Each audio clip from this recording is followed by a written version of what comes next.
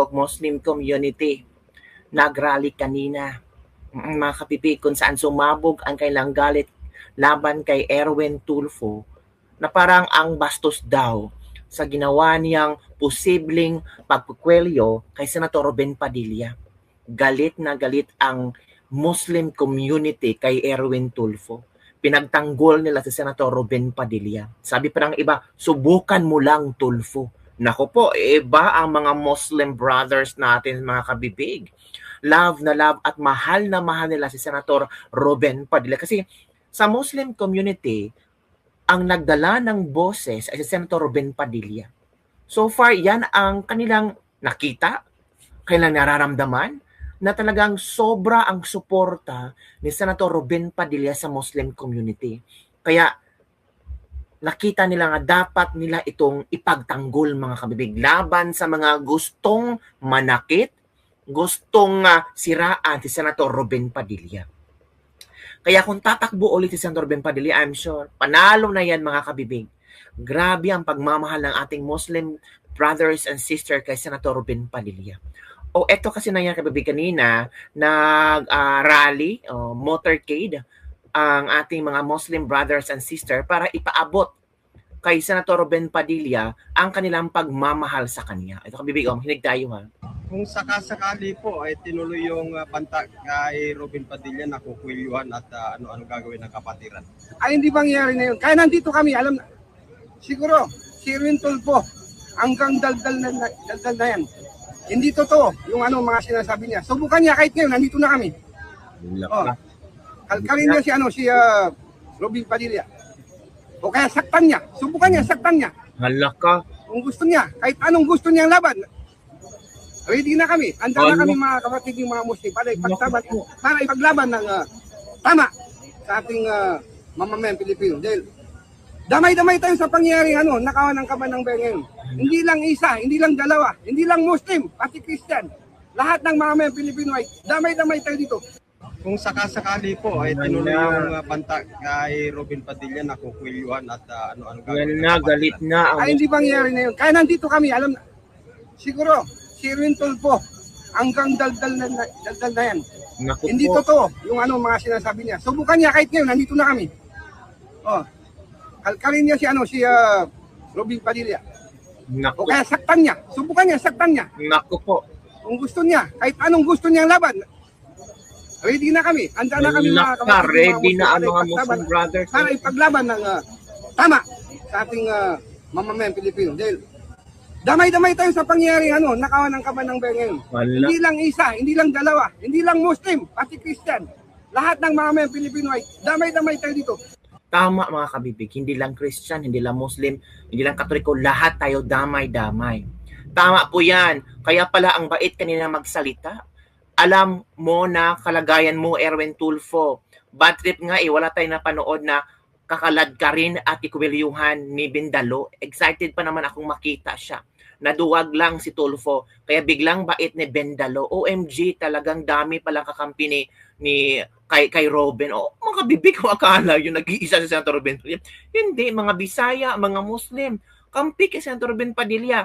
Ayan na, sige mga kwelyuhan mo, sir.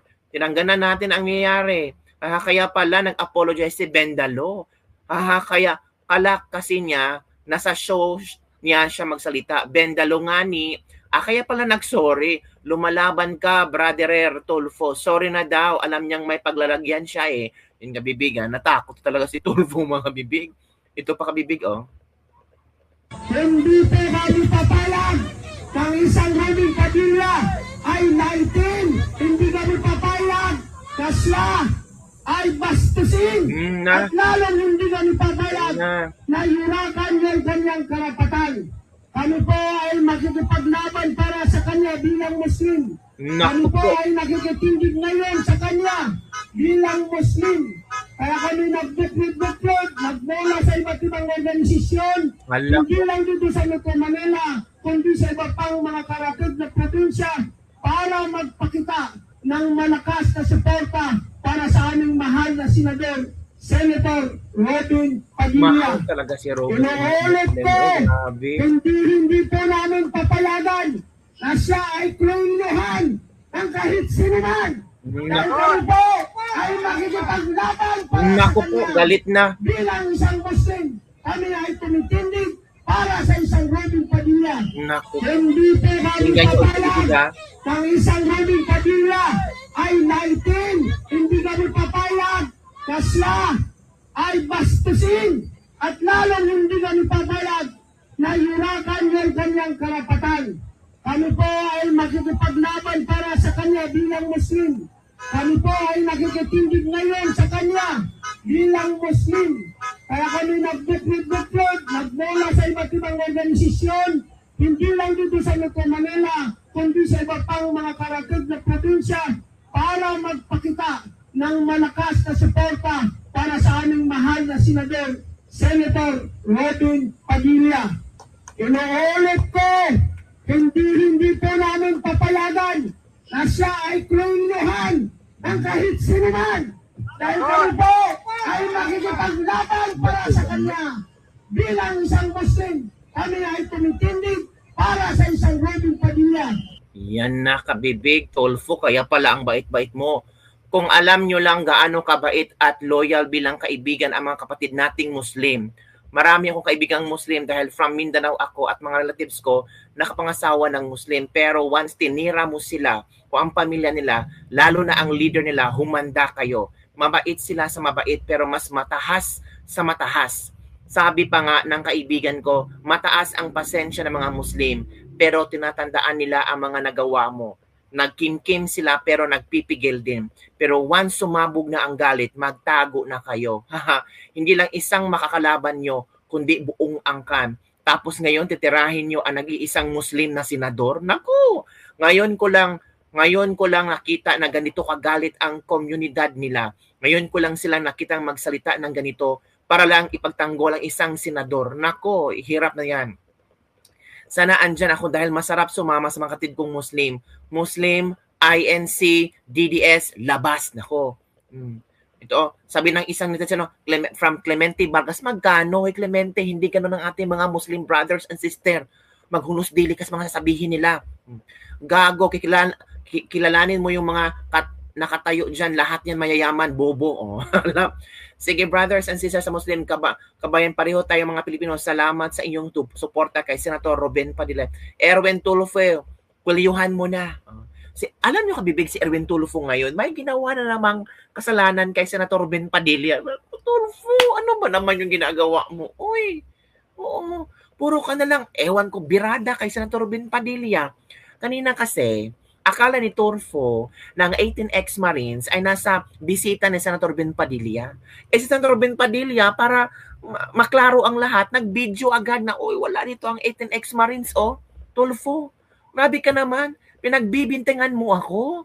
Ginawa mo akong sinungaling. O eto, nandyan ba ang 18 Marines? So ang ginawa ni Senator Ben Padilla, sinundo niya ang 18 Marines na hindi makapasok-pasok sa sesyon kasi kailangan ng QR code. Diba? Inimbita, pero hindi pinapasok. So, tapos, nadamay pa si Senator Ben Padilla, nasabi ni Tulfo na, nandito yung 18 Marines, pero hindi pumunta sa session kasi nandun sa opisina ng Senator Ben Padilla.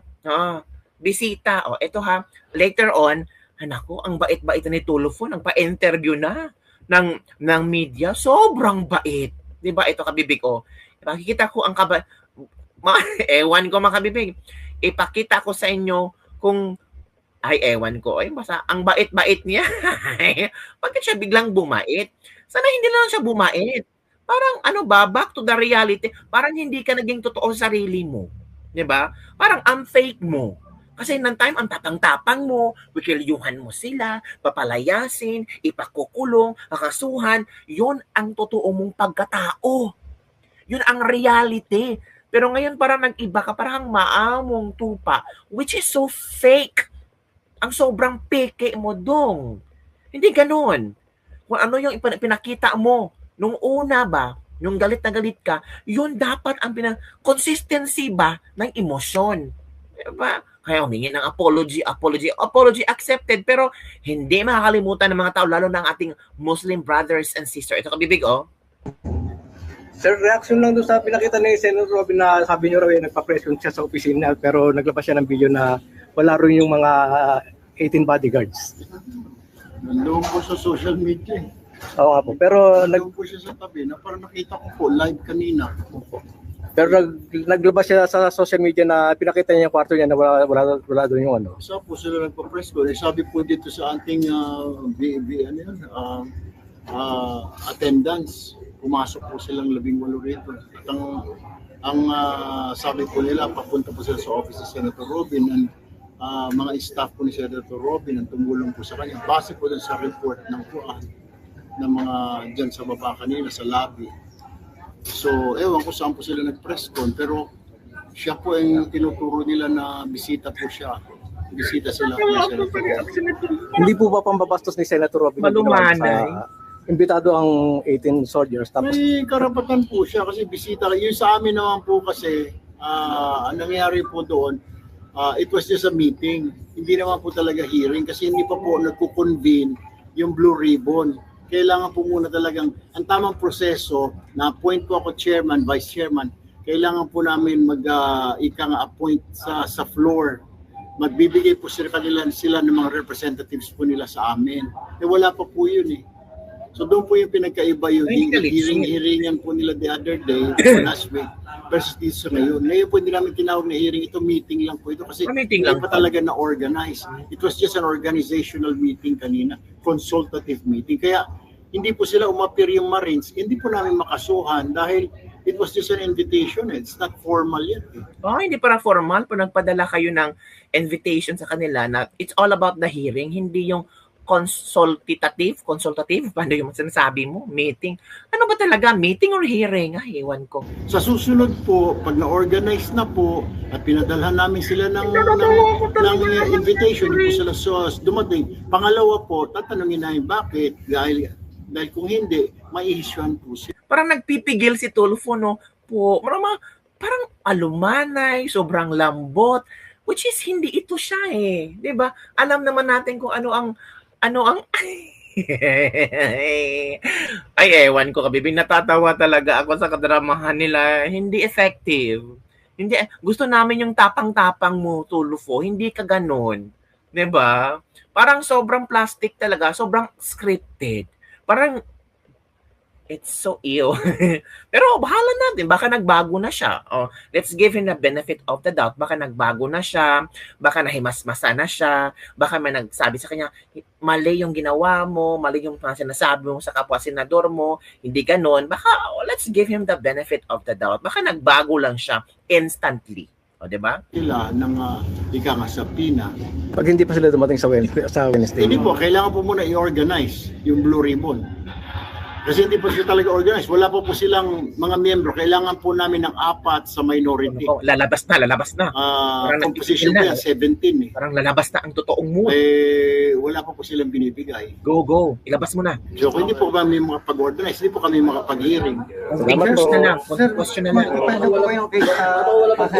Papile po tayo sa Pasay, mamaya-maya. Sino pong Sir, kailan planong next meeting? Kulangan. Sana may may magandang question pa para gigil. Eto Tulfo ha. Erwin Tulfo para mahimasmasan ka lalo. Kasi nagmukha kang sinungaling kasi Eto yung nangyari Tulfo. Yan. Senator Robin Padilla, pasok.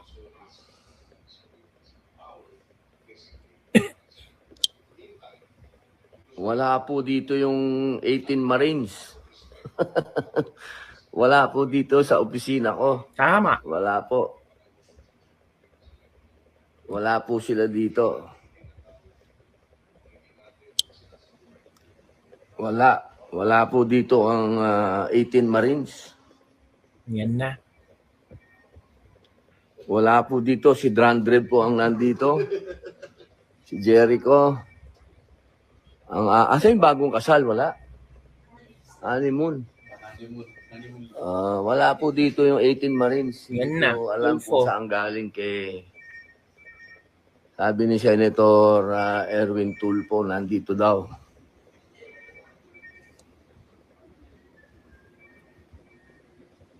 Yun na, Tulfo. Nagkamali ka sa impormasyong nakuha mo. Pero after that one, Kabibig, nagpunta si Senator Ben Padilla, sinundo niyang 18 ex-Marines, hindi makapasok-pasok sa session, nagpasya na lang siya, o sige, doon na lang po kayo sa aking opisina, bisita ko na lang po kayo kasi sabi ni Tulfo, bisita ko po kayo. Sige, ibisita. Dinala niya sa kanyang opisina at doon nag-press con. Kabibig? So yun lang, Kabibig, ang ating sa Lebak-Lebak for today. Ano ang iyong reaction hinggil dito? Nakakatawa lang talaga.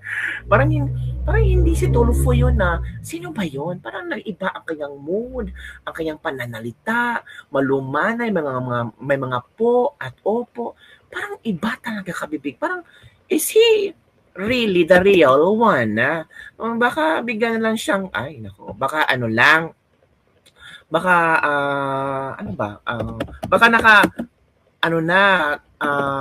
okay na ang kanyang tulog, di ba? Baka nahimasmasan, di ba? Parang nag-iba kasi ang kanyang timbre, mga Kabibig. Ano kaya nangyari sa kanya? It's a big question. Ay, ano ba talaga yan? Kayo talaga, ha? Huwag kayong ganyan. Masyashock na lang kami sa mga statements nyo.